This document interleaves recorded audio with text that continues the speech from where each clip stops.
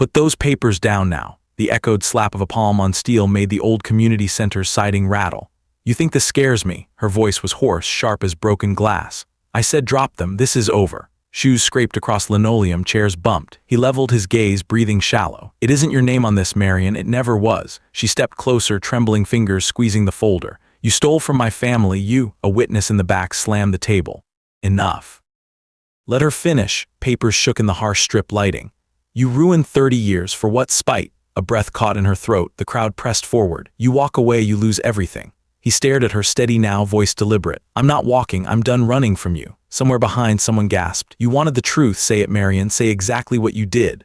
Her hand trembled, dropping the folder. Pages fanned out, every eye on them, no way to hide. The moment crackled, stretched. It all snapped right there. But to understand how they reached this breaking point, we have to start 14 days earlier, when everything Marion thought she knew about her own life began to unravel.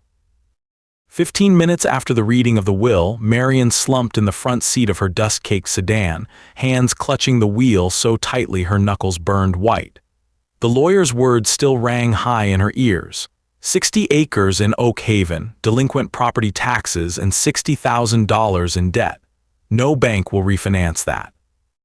Coats mildewed in the backseat, rain dots pooling on cracked vinyl. There wasn't enough money in her checking account to pay for a week at a motel, let alone save the farm. Only her father's battered tool chest kept the seat weighed down beside her, the last solid proof she'd belonged to someone's family once. She smacked the steering wheel. "Dead dirt and rotting timber," she muttered, then scrubbed away tears before anyone in the parking lot could see. All her mother's kindness, her father's love, had they meant nothing in the end? In the rearview mirror, she watched as Cousin Dale and Aunt Ruth crammed into their shiny SUV, faces twisted in forced sympathy. Years of Sunday dinners forgotten.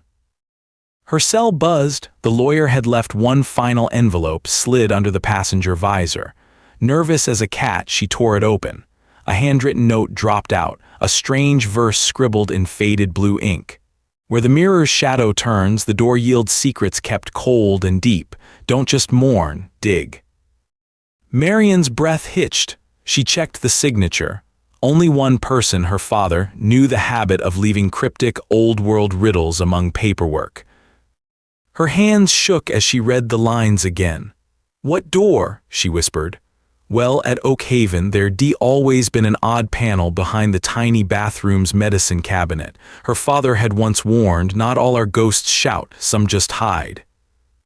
If you've ever stared down a mountain of debt, wondering if roots matter more than promises, this is one story you shouldn't turn away from."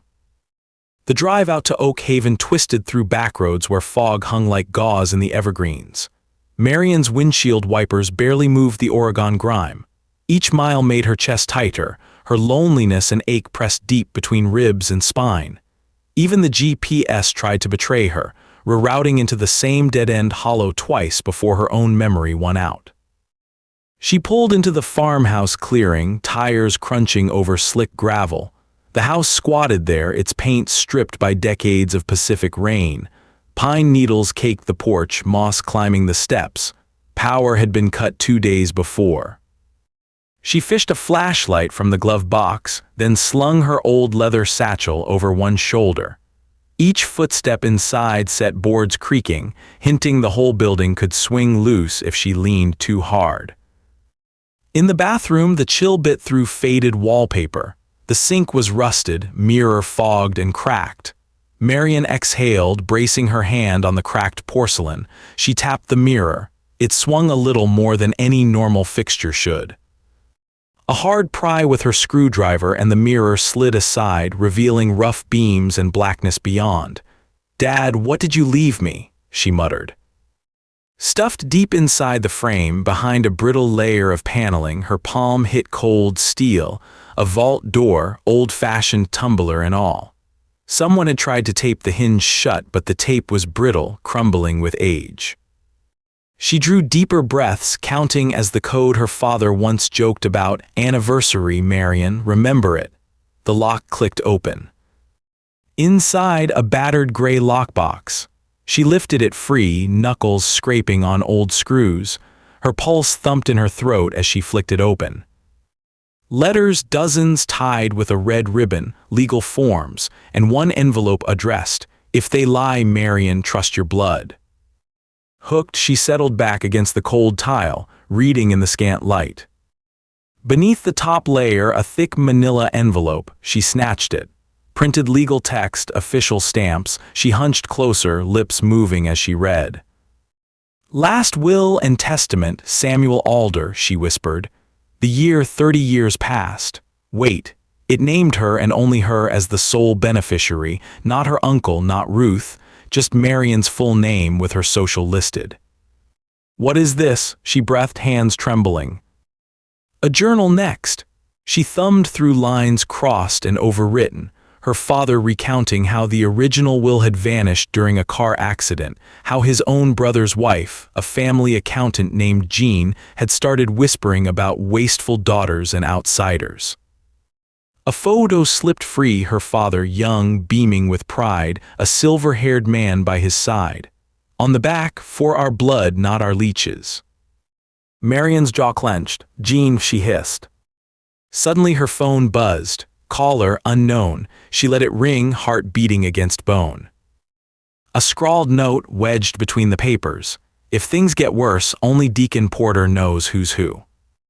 Her mouth went dry. Deacon Porter, her father's old friend, vanished after the lawsuit decades ago. She tucked the will and photo into her jacket, replaced the lockbox, and eased the mirror panel shut. No time to mourn, she had work to do. The front door clanged in the wind as she moved back through the echoing halls, clutching the envelope. Oak Haven's dead dirt wasn't what it seemed, not at all. The rain hammered her shoulders as Marion drove back down the rutted lane toward Clackamas town. She clenched the steering wheel, old letters digging into her thigh, replaying every offhand comment her aunt had ever made about lost paperwork and nobody wins with dead trees. She parked under the leaky awning behind her friend Robbie's office. "Half the county owes me a favor," Robbie had once grinned, plunking his boots up on his battered desk. "But you, Marion, you always paid in honest apple pie." She barreled inside, splattering mud across the linoleum. "Robbie, you busy?" He sat up, eyebrows arching. "Marion, you look like 40 miles of bad road." She dropped the envelope on his desk. "Don't joke, read this." He whistled low, scanning the will. "This looks legit. Why haven't I seen this before?" She bit her lower lip. "Because Jean's been running the book since Dad died." Robbie's voice quieted. "Your uncle's wife, Jean, always had cold hands and colder eyes, but full control over everything. She doctored the will, I know it now. Look, my dad wrote Deacon Porter knows the lineage. That's why Dad wanted the old will hidden somewhere only I'd find." Robbie flipped the manila folder back and forth. "How much are we really talking here? I mean, if all this is real." Marion leaned in, voice almost trembling. "The property records tie Oak Haven to the old Alder estate, North Ridge timber, gold rights in escrow. It's got to be worth—" her tongue clung to the number. "Over 200 million. The office stilled. Robbie let out a ragged breath. "Jean's been running your trust for what, 20 years? How much did she take?" "All of it." Marion's fist hit the desk. Robbie whistled again. "There's no time. Contest period for probate closes in 14 days. If we're going to blow this open, it has to be now." She met his eyes, resolve sharp as glass. "So how do we find this Deacon Porter?" He drummed calloused fingers. "You let me dig, go home, stay out of sight, and don't trust anybody, especially not Jean. If she smells this, she'll bury you." Marion grabbed the folder. "I'm tired of being buried." She left, wind snapping the door shut behind. Fog curled through the trees as Marion skirted the cabin's edge, wishing the mud wasn't always this heavy. She picked her way to the truck, futility tightening in her chest. Her cell lit up, unknown caller. She thumbed it open, expecting another scam. A voice crackled. "You already poked the bear, Marion. Take the dirt and the debt and go. Last warning. Line dead." She stared at the screen, knuckles white. Not this time, she whispered. Knowing Jean was watching, Marian drove west toward Oak Ridge, where a notary's office catered to both timber barons and loggers. She needed more evidence, another way to tie the old will to her. As she pulled up, headlights caught a sedan idling 2 spaces down. A familiar shock of iron-gray hair, Jean herself. Marian ducked as the sedan rolled closer, heart thrumming. A text buzzed, "Meet me at Miller's Diner, 7 p.m., alone." She hesitated. Was it Deacon? Was it a trap? At the diner, Marian nursed burned coffee, listening for familiar voices. The place smelled of fried onions and cheap ketchup. Jean appeared, lips tight as she slid into the booth. "You're nosy for someone who just lost everything," Jean spat. "Says the woman who stole it," Marian shot back. A fork clattered to the floor. Jean's eyes glittered. "You do not want to fight me." Marian leaned in, dead serious. "Try me, I've got documents and witnesses, you'd better run." Jean's nostrils flared. "You're bluffing, you always were." From the counter, a young waitress glanced up, eyes darting between the women. Marian stilled, voice cold. "Bet your freedom I'm not." Jean rose abruptly, knocking the table. "Stop, you know nothing, don't dig deeper or ruin will find you." Then she was gone, trench coat flapping. Marian sat unmoving, heart still pounding. Victory for a moment, but she couldn't shake the feeling she'd only made things more dangerous. One more layer peeled back, one more secret waiting.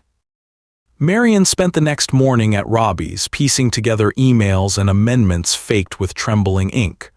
Robbie frowned over every document. "This is bigger than I thought. There's other heirs, 6 maybe." Jean cut everyone out.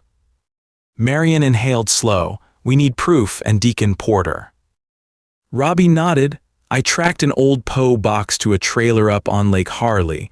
I think he still lives there. Go see him. He's our wild card." Packing the folder tight against her coat, Marian braced herself for the journey. Rain battered the windshield as she headed north, mind swirling with memories. Her father baking cornbread, his gentle warnings about family, never trust anybody who hides behind paperwork. Lake Harley's shore shimmered through the mist.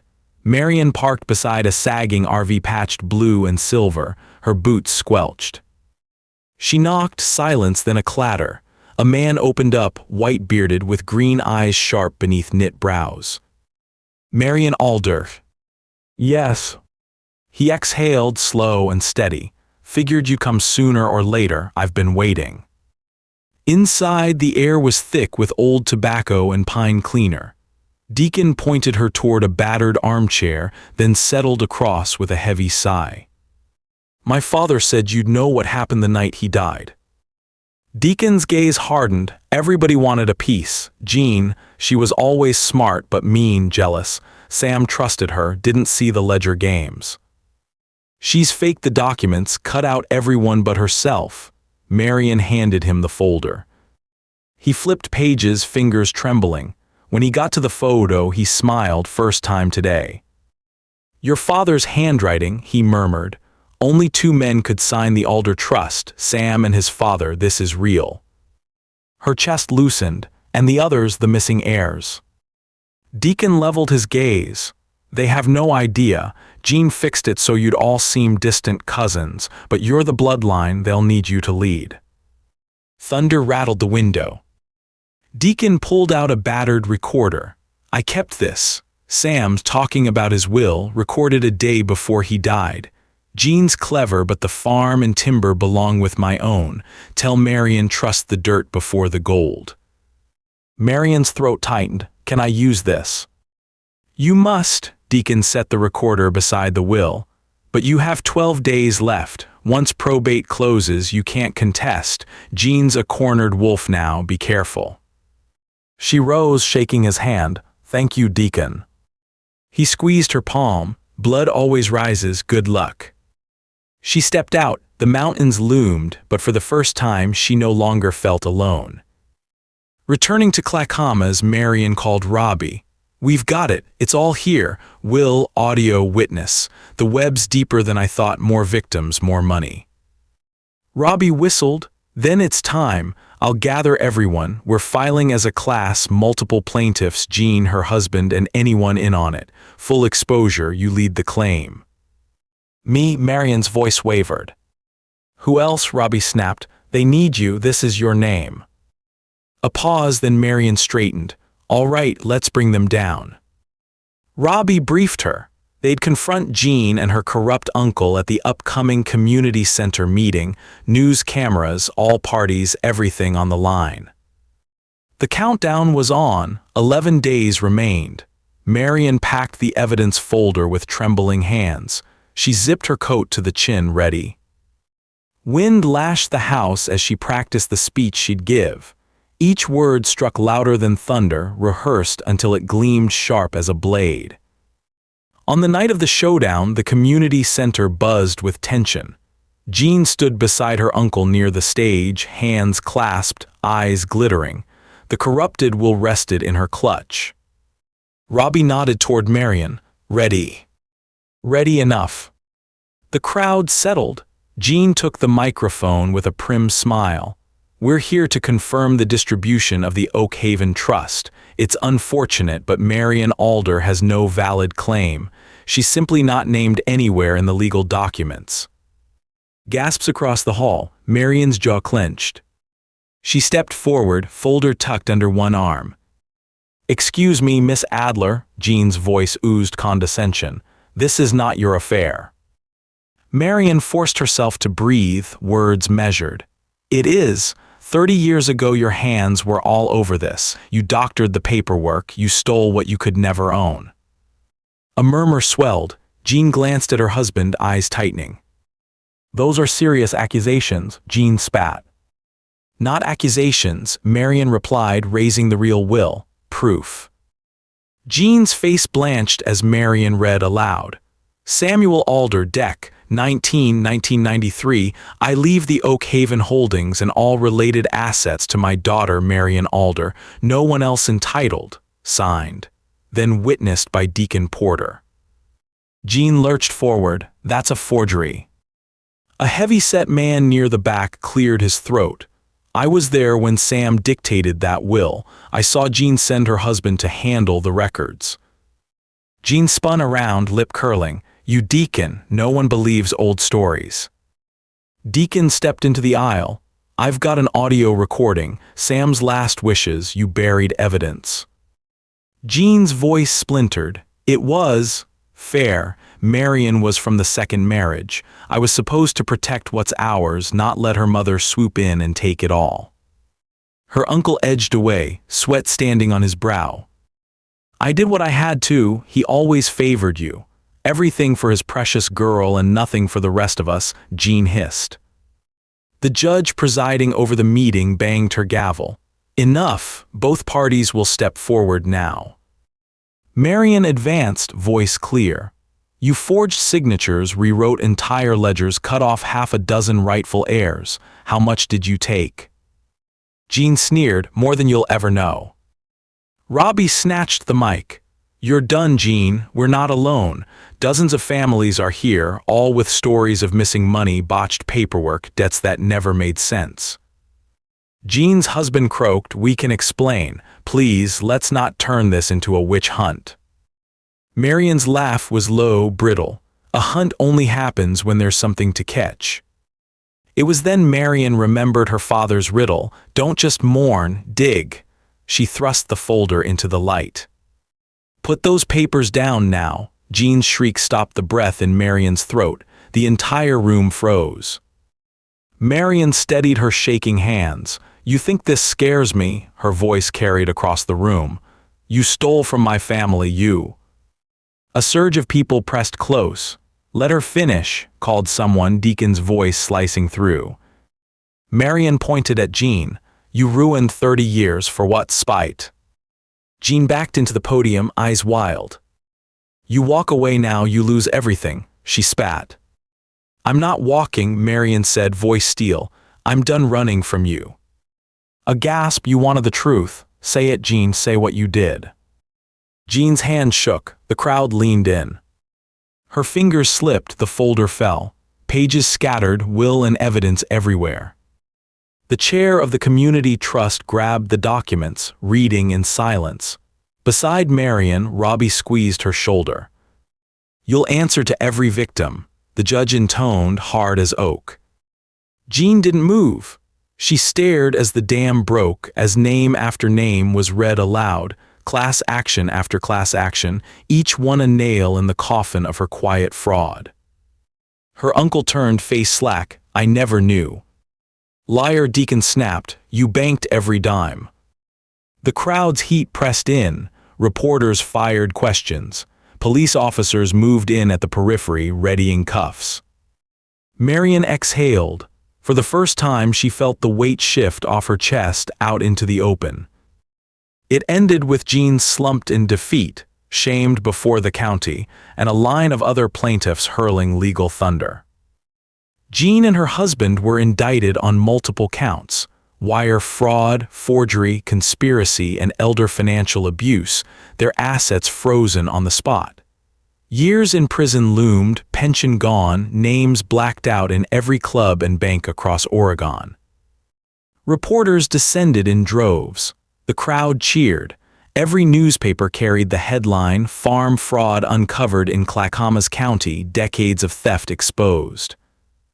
Marion became a reluctant figurehead, pressed for answers by other families, approached at the grocery store by strangers who'd lost everything to the same scheme. She saw hope return to faces she'd grown up with, hollowed out by debt before. The local council voted to donate the now untangled Oak Haven property to the community trust. Marion, pursued by dozens of journalists, quietly declined every check and offer. Instead, she channeled her restitution into breathing new life into the abandoned gas station at the edge of town, restoring it into a bustling diner and museum of Clackamas history. She baked pies again, taught local kids the family recipes, and watched as people, old, young, fallen, and forgiven, returned to mend their roots. No one ever uttered Jean's name in the cafe. Every evening, Marion turned the open sign and listened to the hush of the pines. The land under her feet was no longer dead, nor wasted. She de-learned no debt ran so deep it couldn't one day be paid in full. No one could erase what was buried and brought back by truth. If holding your ground seems pointless, remember, sometimes all it takes is one voice refusing to be silenced to upend a mountain. That's how communities get rebuilt, one broken trust restored at a time. And sometimes the deepest roots are the ones that grow back, slowly, stubbornly, enduring for those who come next. That night, as the stars winked through breaks in the Oregon drizzle, Marion stood on the porch of the old farmhouse, looking down at her hands. The farm felt different somehow, like it had shifted minutely beneath her boots, as though it had heaved a sigh of relief. The darkness pressed in, gentle, expectant. She could still hear echoes of the community center uproar, the sharp clack of the judge's gavel, Jean's wailing protest, the low, grim satisfaction coloring Deacon's final words. Robbie had called, offering to celebrate, but Marion politely begged off. She needed quiet. Her mind whirled, not with the taste of victory, but a strange sense of incompleteness. Justice had been delivered, but what did that make her now? Outcast, queen, restorer, some mix of all three. A gust rattled the pine boughs. A barn owl screeched overhead. Marion hugged herself, folding her arms tight, and went inside. Someone had left a box on her kitchen table, dropped off by Ruth, Robbie had said. It was her mother's. She recognized the faded blue ribbon before she saw the note tucked beneath. "For when it's done, I thought you'd want this back at last. Ruth." Inside, wrapped in yellowing newspaper, lay the good plates, the wedding china her parents had always reserved for guests, and to her shock, an envelope marked, "Samuel's last letter." The tears crept up on her before she finished the first line. "Sunflower," it began, "if you're reading this, you did what I could not. You stood up and bore the truth into daylight for our name, our people. If the land stays in your hands or you choose to give it away, remember this. Things with roots outlast any storm. I loved you even when I couldn't stay to show it. Dad." She pressed the letter to her chest, letting silent sobs roll through, letting the old house absorb 30 years of unshed grief. When at last she looked up, dawn pressed pale blue against the kitchen glass. Light pooled slowly across the battered floorboards. Marian wiped her eyes and smiled, shaky but certain. Within a week, the farmhouse bustled in ways it hadn't in decades. Contractors arrived to shore up the roof. Former workers, wronged by Jean's ledgers, offered hours of free help, elbow to elbow with Marian as they mended fences and swept fallen branches. The Alder family name, once tainted and whispered in alleys, became something spoken with tentative pride. "You sure you don't want to cash in?" Robbie asked one afternoon, adjusting a loose porch board while Marian wrangled a rusty nail. Developers would pay a fortune even now. She glanced up, wind blowing curls across her eyes. "And do what? Move north, buy a condo? I was born in these woods. No, this place saved me, not the money." "Your dad would be proud." I think this is what he meant. The note, the riddle, he never wanted gold. He wanted this land to make something good again, for everyone. Robbie grinned, shoving his hands into his pockets. "The board wants to make you chair of the new community trust, unanimous vote." Marian blinked.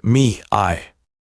"Don't say you're not ready, nobody else is either. That's how we know you're right for it." She laughed, the sound rusty but real. "Give me a few days." He nodded and left her to the quiet. That night, letters arrived at her new P.O. box, some from old friends, others from distant relatives she'd met only once as a child. Stories poured in. Families who'd given up hope of ever seeing the land again, people who'd left decades before to escape Jean's iron bookkeeping, a man who'd grown up picking apples and who, now in New York, wanted to donate seeds so Oak Haven's orchards might thrive anew. Each envelope carried some fragment of sorrow or promise. "Thank you, Marian, you gave us back our home." Sometimes she read these aloud to herself, letting each voice layer onto the next, patchwork and imperfect but somehow whole. Work on the farm continued through rain and the occasional strike of early summer sun. Marian found purpose in the honest weariness that settled into her bones each dusk, the ache in her arms after swinging a shovel, the gentle throb in her feet after hours standing, joking, and sharing stories with volunteers. Kids from the town came out on weekends, eager for field trips that didn't require permission slips or fees. She taught them to spot wild plums, to listen for deer in the brambles. One shy girl, Tessa, asked, "Are you the lady who caught the thieves?" "Sort of," Marian replied, kneeling down. "Mostly, I just stopped being quiet when I should have been loud." Tessa grinned. "My grandma says you're a hero." Marian tousled her hair. "Your grandma's been baking bread in this county longer than anyone. She's the hero." Each laugh, each muddy sneaker print on the path felt like a notch carved into history, her family's history, but also her own. Not all wounds healed quickly. Sometimes, critics whispered that Marian should have pressed charges harder or kept more for herself. Some of Jean's allies tried to rally, muttered about old grudges. But they were drowned out by something stronger, the ease of honest work, transparent books, and nights spent watching fireflies with neighbors beneath strung-up bulb lights. One Sunday, Robbie lingered after the last volunteer left. The sun sank orange across the ridges. "Got another reporter coming tomorrow," he said, tipping his hat onto the picnic table. "They want a picture of the new crew chief in her natural environment. That means you, stooping in dirt, scowling at the camera." Marian rolled her eyes, flicking dirt from her palm. "Let them. This is the first time in my life I don't mind being seen." He watched her eyes softening. "You did good, Marian." She met his gaze, uncertainty gnawing. "Do you ever wonder what would have happened if I'd just taken the deal, left the farm, and disappeared?" He shrugged, chewing on a spruce needle. "None of this, no trust, no diner down on County 3, no one calling this place home again. Funny thing about running, you miss your chance to turn around." She leaned back against the fence rail, drawing a long breath. "I'm not running anymore." "I believe you." The silence was companionable. The world felt level at last. By late July, Oak Haven's transformation was undeniable. Orchards bloomed, trails opened to hikers, and county fairs returned to the fields. Marion's once empty house filled with laughter and low music most nights, a far cry from all those years where she'd eaten cold soup beneath a flickering bulb, dreading bills she couldn't pay. Deacon Porter remained in frequent touch, sometimes sending little tape recordings of himself rattling off wisdom. Stories about her father's stubbornness, about how trust looks like showing up, rain or shine, when nobody else will. One warm evening, Deacon visited, leaning heavily on his cane. "I thought you might want Sam's old toolbox back too," he said, setting it beside her boots on the porch. "He wanted you to have it, didn't trust me with the stubborn screws." She grinned, tears prickling again. "Thank you, Deacon." He squeezed her hand. "You kept your word, that's what matters." As dusk rolled back the fields, Marion stayed beside her father's battered chest. She opened it, finding tools worn to the shape of his palms, and beneath them a bullet-shaped seed tin. She picked it up curious and read the faded label, Alder Family, 1958. Corn, sunflower, hope. Inside, kernels waited, promise wrapped in dust. Marion laughed, a laugh that felt like sunrise. It was a message, she realized, written in roots instead of ink. The following Saturday dawned bright and alive, and Marion gathered the community near the biggest apple tree at the old farmstead. Faces familiar, some not. Kids quivered with anticipation. Old-timers swapped stories of lost crops and late harvests. Marion held up the tin. "My father and his father before him kept these seeds. Maybe he believed that every hard year still leads to something green if you hang on long enough. Today, we start over together." Together, they pressed kernels into rich, dark soil. Hands of every color and age reached out, one palm covering the next. Marion planted the final seed, patting it home, heart settled for the first time in years. A gentle hush fell. Then applause, unrehearsed, honest, swelling and rolling down from the ridge to the river. As the crowd dispersed, children running ahead, voices bright with possibility, Robbie touched her elbow. "Sunflowers'll bloom here next April, just you wait." She smiled, tears sparkling as the wind tossed her hair. "They'll need tending." "We will," he promised, "as long as it takes." Late that night, dreams pressed close. Marion saw her mother setting Sunday plates, her father humming as he sharpened tools. The soil pulsed with promise, roots thickening, seeds splitting, green shoots curling toward light. She woke to the sound of rain, steady and life-giving, and smiled at the hush it brought, the comfort in its rhythm. Oak Haven would never be what it once was, but it was something new, patched and precious and alive because she'd refused to bury her voice beneath lies. Community rebuilt trust, trust rebuilt kinship, and kin, by fate or stubborn will, remade the land itself. She stepped onto the porch at dawn, breathing in the scent of wet pine and tilled earth. For the first time, she felt the hills welcome her, felt them whisper, "Belong." And for the first time, Marion Alder believed she finally did. Winter. 4 months later, snow crept down from the Cascades, dusting the orchard in silver hush. Marion sat with Robbie and Deacon inside the diner, the new linoleum gleaming beneath their muddy boots. Holiday lights blinked in the window, warm against the outside chill. Robbie slid her a mug of cider. "You seeing Jess Cartwright tomorrow? She says the county finally approved your trust application, official, all stamps and seals." Marion gripped the mug, savoring the heat. With luck, Oak Haven becomes a heritage farm next spring. No one can touch it, not bank nor cousin nor developer. Deacon grunted, lifting his glass. "To the Alder women and to all the ghosts shouting and hiding, may they rest easy finally." Laughter filled the tiny room, golden and rich. Robbie tapped her hand. "You ever regret not selling out?" She shook her head, smiling. No, some things money can't buy, roots, like Dad said, and figuring out who your people are. He eyed her a moment, then grinned softer than before. Promise you'll stay. I'm not going anywhere, she answered, voice steady as bedrock. They toasted, the clink ringing brighter than sleigh bells. That night Marian lingered, locking up the diner. Outside, snow drifted, soft, remaking the world, covering every wound and scar. She tucked the keys into her pocket, heart quiet, hope woven through every step. As she walked up the lane, she glanced back, saw the gentle light glowing in the window, saw Robbie waving, saw the reflection of her own face superimposed in glass. The future lay ahead, uncertain as always. The land was no longer cursed soil or dead timber, it was possibility, thick, braided, enduring. Marian Alder, the girl who would not be silenced, had found her voice and her home. And for the first time, it was enough.